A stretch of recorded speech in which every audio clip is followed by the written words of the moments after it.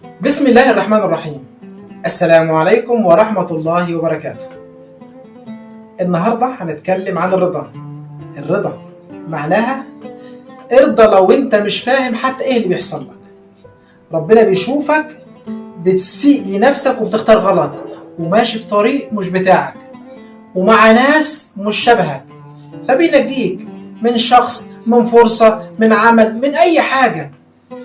المهم بتكتشف في الاخر مع مرور الوقت ان ربنا هو اللي ساقك وخلاك تمشي في طريق الخير والاصلح ليك، والحقيقه انك اترحمت من شيء معين في دماغك كان ممكن الشيء ده ينهي حياتك. ربنا له حكمه في كل حاجه.